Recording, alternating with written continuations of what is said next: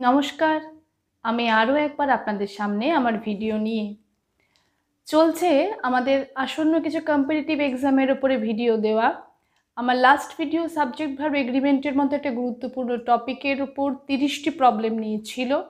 Subject verb এগ্রিমেন্টের উপরে বেশ কিছু ভিডিও আপলোড করতে চলেছি আসন্ন পঞ্চায়েতে কর্মী নিয়োগের পরীক্ষার জন্য বিভিন্ন দপ্তরে। এছাড়া কলকাতা পুলিশে যেটা বেরিয়েছে কেপির এক্সামের, তার উপরে কিছু প্রবলেমস রয়েছে। ডেসক্রিপটিভ ইংলিশের অবশ্যই ডেসক্রিপটিভ ইংলিশের ক্লাসও চলবে, যেখানে লেটার রাইটিং কিংবা প্যারাগ্রাফ কিংবা প্যাসেজ ট্রান্সলেশনের মতো বিষয় নিয়ে তো আলোচনা চলছেই।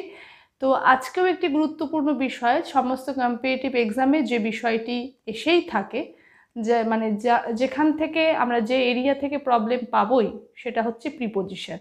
কি এরর কারেকশন, কি প্রিপোজিশনের ইউজ, সব জায়গাতে প্রিপোজিশন থেকে প্রশ্ন আসবেই। কয়েকটি ভিডিও আমি অলরেডি আপলোড করেছি আমার চ্যানেলে প্রিপোজিশনের ওপরে। আজকেও কিছু কনফিউজিং এরিয়া নিয়ে আমি আলোচনা করতে চলেছি, কারণ প্রিপোজিশন সবার কাছেই একটা সমস্যা, যে কিভাবে করলে কিভাবে মনে থাকবে। তো যাতে একটু সহজ হয় বিষয়টা, সেজন্যই আজকে এই আলোচনা। বোর্ডে বেশ কিছু প্রবলেম রয়েছে। 1 নম্বরে আছে I am intimate dash Mrs Roy. আবার 2 নম্বরেও আছে intimate dash me the time of the examination. আচ্ছা, এখানে প্রথমে যে ইন্টিমেট আছে এবং তারপরেও যে ইন্টিমেট আছে, দুটো সেন্টেন্সেই ইন্টিমেট রয়েছে ঠিকই, কিন্তু দুটো সেন্টেন্সের ইন্টিমেটের মানে কিন্তু আলাদা। এখানে I am intimate dash Mrs Roy, এখানে ক্লোজ এই কথাটা বোঝাচ্ছে, অন্তরঙ্গ। আর এখানে যে ইন্টিমেট রয়েছে এটা ইনফর্ম, এই ব্যাপারটা বোঝাচ্ছে। যখন অন্তরঙ্গ বা ক্লোজ ব্যাপারটা বোঝাবে I am intimate with Mrs Roy, তখন উইথ হলো প্রিপোজিশন। কিন্তু যখন ইনফর্ম করা, জানানো যে intimate dash me the time of the examination, এক্সামিনেশনের সময়টি আমাকে একটু জানিও, তখন intimate to me the time of the examination, তখন হলো ইন্টিমেট টু।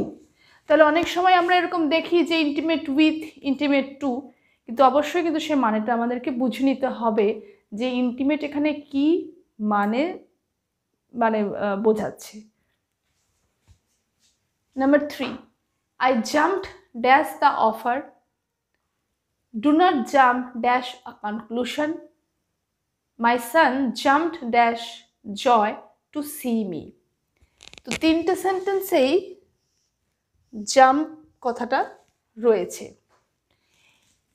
যখন কোনো প্রস্তাবকে মানে কোনো প্রস্তাব গ্রহণের জন্য আমি খুবই আগ্রহী প্রকাশ হব, মানে আগ্রহ দেখাবো যে এমন একটা অফার, এটা আমাকে তাড়াতাড়ি নিয়ে নিতে হবে, অফারটা আমার তাড়াতাড়ি অ্যাকসেপ্ট করতে হবে, তখন হচ্ছে I jumped at the offer. আচ্ছা, যখন do not jump dash a conclusion, খুব দ্রুততার সাথে কোনো কিছুর সিদ্ধান্তে এসো না, এই যে কথাটা, খুব তাড়াতাড়ি কোনো কিছুর সিদ্ধান্তে পৌঁছে যেও না। So do not jump to a conclusion, do not jump to a conclusion. Number 5, my son jumped dash joy to see me, আমাকে দেখে আমার ছেলে আনন্দে লাফিয়ে উঠেছিল। তো এখানে মাই সান জাম্পড উইথ জয়। তাহলে দেখতে পাচ্ছি একই শব্দ জাম্প, তার সাথে কখনো অ্যাট হলো, কখনো টু হলো, কখনো উইথ হলো। যখন কোনো প্রস্তাব আমি খুব তাড়াতাড়ি অ্যাকসেপ্ট করব, যদি আমি এভাবে প্রকাশ করি, জাম্প দিয়ে যদি প্রকাশ করি, তাহলে তখন আমি জাম্প অ্যাট করলাম। কোনো কিছু সিদ্ধান্তে যদি দ্রুত যাওয়া ব্যাপারটা বোঝায়, যে don't jump to a conclusion, দ্রুত কোনো সিদ্ধান্তে চলে যেও না, তখন জাম্প টু। কাউকে দেখে আনন্দে লাফিয়ে উঠলাম, তখন হলো জাম্পড উইথ।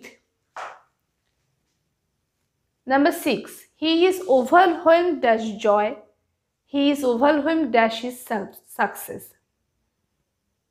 তাহলে এখানেও আমরা দেখলাম যে দু জায়গায় আছে, সে আনন্দে আত্মহারা হয়ে যায়, আবার তার সাকসেসেও সে অভিভূত হয়ে যায়। তাহলে he is overwhelmed with joy, he is overwhelmed at his success. এখানেও আমি ওভারওয়েলমডকে এভাবে ইউজ করলাম।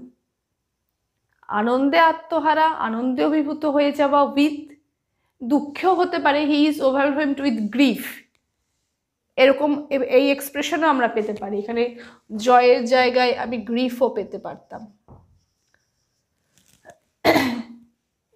আর যখন কোন কারণের জন্য সে ওভারওয়েলমড হচ্ছে, মানে তার সফলতার জন্য, এরকম কারণ যখন হলো, তখন সেখানে অ্যাট হলো।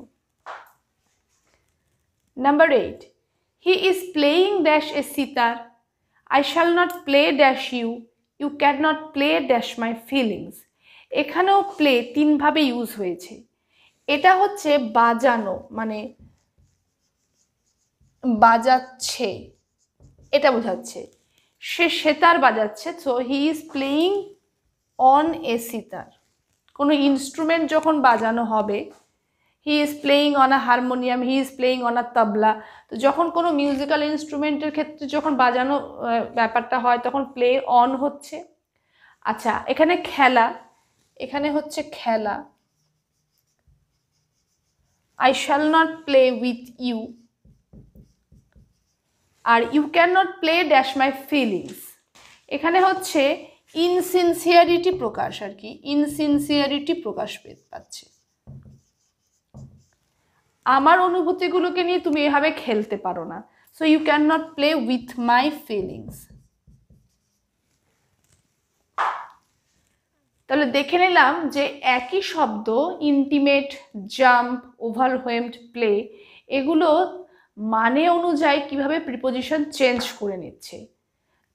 Intimate with, intimate to, jump at, jump to, jump with, overwhelmed at, playing on, play with, কখন কীভাবে ইউজ হলো সেটা নিয়ে আমি একটা আলোচনা করলাম। আসছি আরও কিছু প্রবলেম নিয়ে। এই সমস্যাগুলোর মধ্যে একটা কনফিউশন রয়েছে, কিন্তু সেটাকে যাতে খুব সহজেই আমরা বুঝে নিতে পারি, তার জন্য আমি এক জায়গায় এই প্রবলেমগুলোকে আনার চেষ্টা করলাম, যাতে খুব সহজেই এই প্রবলেমগুলো আমাদের মনে থাকে এবং আমরা সলভ করতে পারি। আর এগুলো সবই কিন্তু কম্পিটিটিভ এক্সামে আসছে, বহু বছর থেকেই দেখা যাচ্ছে এই প্রবলেমগুলোকে কম্পিটিটিভ এক্সামে। যেমন নাম্বার 11-এ আছে he smiled dash me, number 12-এ he smiled dash your gesture. তো এই দু জায়গাতেই আমি স্মাইল পেলাম। এখানে হচ্ছে হাসলো, মানে হেসেছিল, এটা বোঝাচ্ছে। আর এখানে কিন্তু উপহাস করেছিল, বা ওই যে হেসে উড়িয়ে দেওয়া যেটাকে বোঝায়, ঠিক ওই রকম একটা সেন্সে। তাহলে হি স্মাইল্ড অ্যাট মি, একই রকম, মানটা আলাদা হলেও হি স্মাইল্ড অ্যাট ইউর জেস্চার, তোমার অঙ্গভঙ্গিতে ও উপহাস করেছিল। So he smiled at your gesture, he smiled at me, he smiled at your gesture. আচ্ছা, হি লাভড ড্যাশ মি, একই রকম, হি লাভড অ্যাট মি, দেখে হাসলে পরেও তাই, আর যদি উপহাসের হাসি হেসে থাকে তাহলেও একই হবে। হি লাভড অ্যাট মি, বা don't love at the lame man, আমরা এরকমও ইউজ করি। তাহলে এখানে লাভড অ্যাটই হলো। ডোন্ট স্নিয়ার অ্যাট মি, অবজ্ঞায় নাক সিটকানো, যেটাকে আমরা বলি অবজ্ঞায় করা, তুচ্ছ-তাচ্ছিল্য করা। তো ডোন্ট স্নিয়ার অ্যাট মি। আচ্ছা, number 15, I am amazed dash your conduct, আমি তোমার আচরণে অভিভূত। তো I am amazed at your conduct. He was annoyed dash my conduct, আমার আচরণে সে বিরক্ত হয়েছিল। তো হি ওয়াজ অ্যানোয়েড অ্যাট মাই কন্ডাক্ট। He is vexed dash my conduct or behaviour, সে আমার আচরণে ভেক্সড মানেও ডিস্টার্বড, বিরক্ত হওয়া। He is vexed at my conduct বা অ্যাট মাই বিহেভিয়ার। কিন্তু যদি থাকে pleased, I am pleased dash his conduct, তার আচরণে আমি খুশি, I am pleased with I am pleased with his conduct. I am offended dash your conduct. আমি তোমার আচরণে ক্ষুব্ধ। I am offended at your conduct. আমি তোমার উপরে ক্ষুব্ধ। I am offended dash you. I am offended with you. তাহলে এইগুলো বিভিন্ন শব্দ, কিন্তু এগুলোকে আমি এক জায়গায় আনলাম এইভাবে যে যখনই আমরা দেখছি এই যে amazed at your conduct, annoyed অ্যাট মাই conduct, vexed at my conduct, pleased with হলো, আবার অফেন্ডেড অ্যাট হলো, অফেন্ডেড উইথ কখন হলো, অফেন্ডেড অ্যাটও হলো, অফেন্ডেড উইথও হলো। আচরণের যখন আচরণের ওপর বোঝাচ্ছে তখন অফেন্ডেড অ্যাট হলো, কিন্তু যখন সে ব্যক্তির ওপরেই বোঝাচ্ছে তখন কিন্তু উইথ হলো। Smiled at, loved at, sneer at. তো এভাবে এগুলোকে যদি আমরা একটু পড়ি, এভাবে যদি প্র্যাকটিস করি, তো প্রিপোজিশন নিয়ে যে ভীতি কাজ করে আমাদের মধ্যে, যে প্রিপোজিশন কি হতে পারে বা এত প্রিপোজিশন মনে রাখা সহজ নয়, তো আমার মনে হয় এভাবে যদি একটু ফলো করি তাহলে কিন্তু আমরা সহজেই সেটা আয়ত্ত করে আনতে পারবো। তো আজকে এই পর্যন্তই 20টি প্রবলেম আলোচনা করলাম।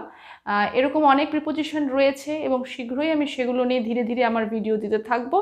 অলরেডি 2-3টে ভিডিও দেওয়া রয়েছে, সম্ভবত 3টে ভিডিও দেওয়া রয়েছে গুরুত্বপূর্ণ প্রিপোজিশনের ওপরে, আগেই আপলোডেড করা আছে আমার চ্যানেলে। যাদের অসুবিধা রয়েছে তারা সেটাও দেখতে পারেন।